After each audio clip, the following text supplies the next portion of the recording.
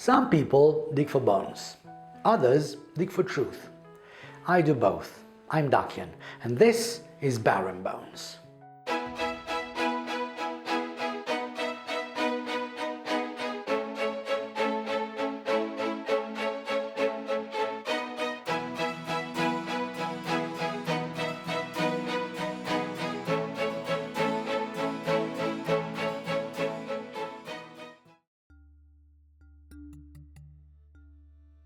In the dust of fallen empires, some people start traveling.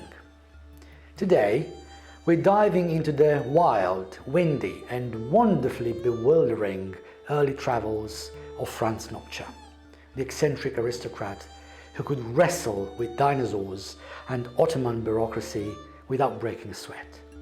Alright, let's set the scene. August 1899. Nopcsa had just dazzled the academy with his scientific paper, promising a career in Vienna, intellectual applause, the works. But instead of a quiet life in the lecture hall, young Franz, fueled by the novels of Karl May and a thirst for real-life risk and unexpected undertakings, said, "Adventure awaits," and turned toward the Balkans with a faithful friend, Count Louis Drašković.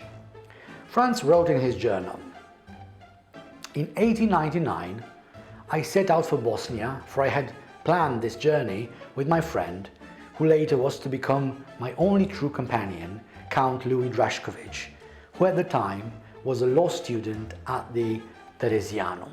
So there you have it, a scholarly young man trading Vienna's cobblestones for Ottoman roads and Bosnian inns. Yeah, I know, everybody's wondering, do we have to wait for the end of the episode to find out about Nopcsa's relationship with Louis Drašković? No, you don't. I'm going to start exactly with that. So, Louis, or the Croatian Count Ludwig Josef Maria Graf Drašković von Trakostian, a brave, aristocratic, sometimes infuriating companion, was with Nopcsa on his first Balkan adventure. Some suggest their relationship was closer than mere friendship. But one thing is certain, their personalities complemented each other perfectly. Louis brought courage, flair, and a touch of chaos to Franz's meticulous planning. Was it young love? Or just intense camaraderie? Nopcsa never clarifies. But the mystery is priceless. In this photograph, taken in 1897 at the graduation ceremony of the Theresianum College, Franz Nopcsa is the third from the right in the top row, and Louis is the fifth from the right. This is the only known photograph of Louis Drašković, and also the only one depicting Louis and Franz Nopcsa together. I would like to express my deepest gratitude to Ms. Katarina Bočkajova of the Biblioteca Theresiana and Archives of the Theresianum Academy Foundation in Vienna for locating the photograph and kindly granting me the permission to use it in my research and publications. Their first reunion in Bosnia is almost cinematic. Nopcsa recounts, "In front of the officers' club stood a horse, some Turkish soldiers, and a figure dressed in rough cloth, on his head wearing something I later recognized as a faded leather hat. It was Count Louis Drašković, arriving from Albania." Now, inside, Louis is a spectacle. Grey trousers with brown leather stripes, a once white shirt open at the chest revealing tanned skin, the leather hat, Montenegrin peasant shoes, and a sula from Constantinople, holding a journal, tobacco and cigarette holder.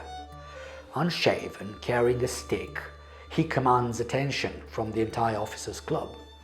Quick question, would you be intimidated or charmed? because Nopcsa was delighted. So, do we have sufficient evidence to conclude that they were in a romantic relationship? Probably not.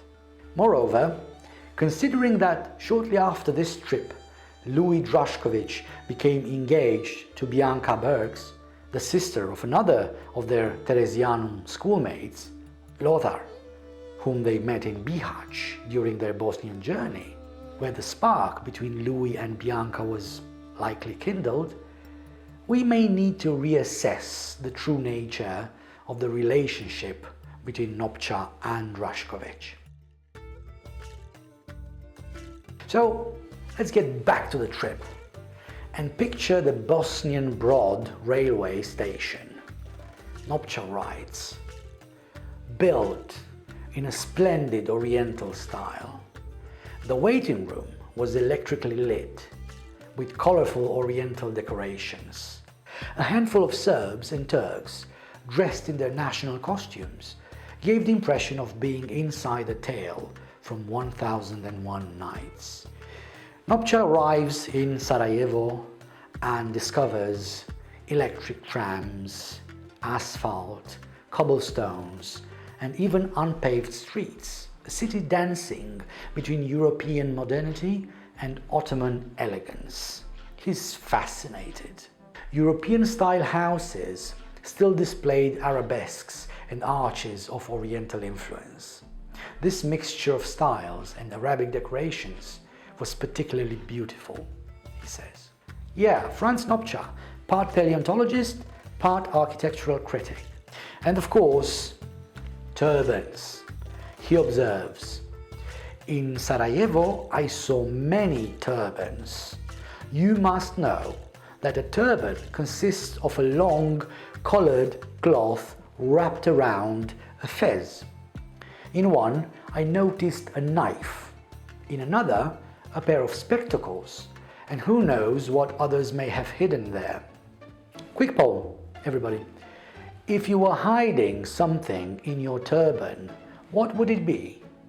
I personally vote for a tiny Swiss Army knife. Or maybe chocolate. From Sarajevo, the intrepid Baron ventures toward Pljevlja. The stagecoach, alas, is full. But Franz, ever resourceful, negotiates with the postmaster. The result? The postman rides on the roof while our Baron sits beside the coachman. Classic Nopcsa improvisation. Ingenious indeed. The road as far as the so-called Goat's Bridge was delightful, he says. But then delight turned into confusion due to a stubborn stallion, a Bosnian escort who speaks zero German, and Nopcsa's unflinching patience. He finally arrives at the district chief's house, where supper is served at 11 o'clock at night, and conversation continues until midnight. Because, of course, what's a Balkan adventure without polite chatting past bedtime? Now, Pljevlja was where things got truly symbolically competitive. On the mountain slopes, Austrian imperial emblems and sultan signatures were set side by side in lime white stones. The Baron notes the Austrian arms on one side. The Turks quickly built their own counterpart. Thus, on the heights above Pljevlja, the Austrian and Turkish symbols coexisted peacefully. Oh yes, literally a geopolitical game of who can make the bigger coat of arms. Only Nopcsa could describe geopolitics and geology in one breath and still be witty. Now, let's talk horses. Nopcsa receives a fine horse from the Austrian consul. And here's his first assessment. It stumbled constantly. It did not know how to trot. It slipped and kicked with its hind legs. It walked at the pace of a crawling snail. Otherwise, it was a fine horse. It had 2 eyes, 4 legs, a tail, and everything a horse requires. So, deciding that he needs another horse, Nopcsa acquires a fine Albanian Dorad Sanjak stallion and names it, guess what? Dorad. And this is how he describes it. Indeed, it was well built, not very tall, with a strong neck and powerful shoulders. The owner asked 120 florins for it. I offered 70. We struck the bargain at 106. The deal was sealed. Afterwards, I learned that the horse was 5.5 years old, and that unless you were a Turk, it would bite when you came near it. If you gave it sugar, it would eat it and then bite you anyway. Meet Dorad, ladies and gentlemen, a horse of minor disadvantages, perfect in all ways except those that actually matter, but perfectly ready for adventure. No joke. Why did Baron Nopcsa bring a horse to the train station? Because even his stable boy ticket couldn't outrun adventure. And the joke actually refers to a true story. During his Bosnian trip, Nopcsa bought a stable boy ticket to travel third class with his horse. The conductor mistook him for his own servant, and Nopcsa played along.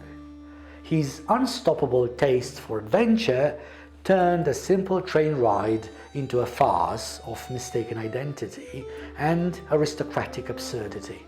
What about nighttime in rural Bosnia? Rustic inns, half stables, half barns, one bowl for all, and shared cloaks with your traveling companion. Franz writes, "At first, I lay on my left side, facing the stable boy, who struck me across the face in his sleep. So I turned on to my right. I slept reasonably well, except that several times during the night, Louis and I pulled the cloak away from each other involuntarily while asleep." Classic Nopcsa. Even sleep becomes a tactical negotiation. Question for you. Would you have negotiated for the blanket or just accepted defeat? After Bosnia came Croatia and the Plitvice Lakes. Terraces of limestone, each filled with water so clear and still that the fish seemed to float in the air. Between them fall white cascades, and around them the green of forests. It is a harmony of colors, green, blue and white, such as an artist could scarcely paint. Yet, Nopcsa is never blind to reality. The people of Lika live in misery under the yoke of officials and their endless corruption. No one can obtain justice unless he pays bribes. Ah, France, ever balancing beauty and brutal honesty. So after a summer month exploring the Balkans, Franz returns home. When I crossed again into Austria, I felt as though I had stepped from one world into another. And yet, in my heart, I longed already for the dust of Balkan roads, for the proud wild horses, for the laughter of peasants around a fire, and for the songs in which whole histories are preserved. We can almost feel that longing. Adventure, scholarship, humor, and a little chaos. That's Nopcsa. However, he continues his journeys, this time in Europe. Museums in Vienna and Italy, hunting chamois in the Retezat Mountains, and navigating social ordeals, like the marathon discussion with 5 elderly ladies at Merano in Italy. They wanted to discuss Ibsen, Klimt and Klinger, then praised Walter Scott, quarreled a little about Dickens and Mark Twain. We went on to Prague and Vienna, Germany and Transylvania, Bosnia and Bohemia, hunting and riding, cabbage and potatoes, Wagner and his noise, the diseases, decadence, hunting, vegetables, religion, the sewers of Vienna, and spiritualism. A brilliant ordeal. Imagine sitting through that marathon. I'd have needed a chair for my sanity and maybe a pillow. And yet, throughout, Franz never loses his curiosity, his humor, or his ability to marvel at beauty. Milan dazzles him, the Duomo, La Scala, and of course, the Last Supper. He says, "Here is no divine vision, but a deep, calm humanity. Christ is wary yet steadfast. Without that calm, without that acceptance, Christianity could not have endured." From Venice, he sees ghosts and greatness, gondolas like phantom coffins, lanterns flickering on dark waters. Venice is beauty and decay in one. The gondolas, black and shrouded, floated like phantom coffins across the dark waters. Now and then, a red lantern glided past, leaving a long shadow of ripples like the boat of Charon, ferrying souls. Venice is a miracle abused and in ruins, surviving only on tourism. Milan is a city in expansion, where everything serves its people. From Milan to Crete, Athens, and finally Albania on the horizon, Nopcsa's first great Balkan journey was drawing to a close. Yet, the fire of curiosity had only begun to blaze. His wanderlust takes him south to Greece. He visits Patras, Athens, and finally Crete, though bureaucratic obstacles limit his hunting ambitions. Athens strikes him deeply. Franz blends awe with sharp observations. Dusty white, strewn with marble arcades, half genuine, half imitation, both modern and ancient at once. The Temple of Zeus impresses him, a pilgrimage through monumental history. The Parthenon delights but frustrates, crowded with half-learned guides shouting trivia. And Athens itself?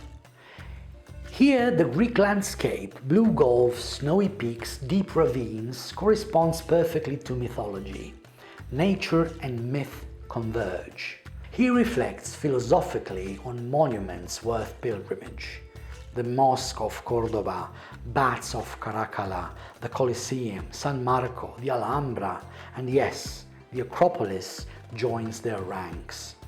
But Athens, he notes, is both bustling with life and haunted by decay, a city alive yet struggling with its own modernity. Crete sparks another realization. If the island is already being studied by French geologist Lucien Cailleux, perhaps northern Albania offers new, untouched possibilities. And so, the seed of Nopcsa's lifelong Albanian adventure is planted.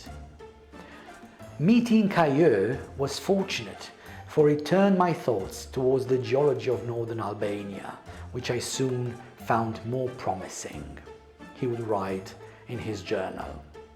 So, if you love the Baron's wild adventures, the eccentricities, and this mix of history, bureaucratic confusion, dinosaur hunting, and high-altitude horse drama, hit subscribe so you never miss an episode. And that's it for NOP chapter number 7. Remember, always pack a cloak, a journal, and a wry sense of humor, and perhaps a faded leather hat in case your friend Louis shows up unexpectedly. Because when the world is as unpredictable as the Balkans, even a baron must adapt or get knocked into a stable. Ashes to ashes, fossils to memory. This is Baron Bones. I'm Dakian. Sunny days.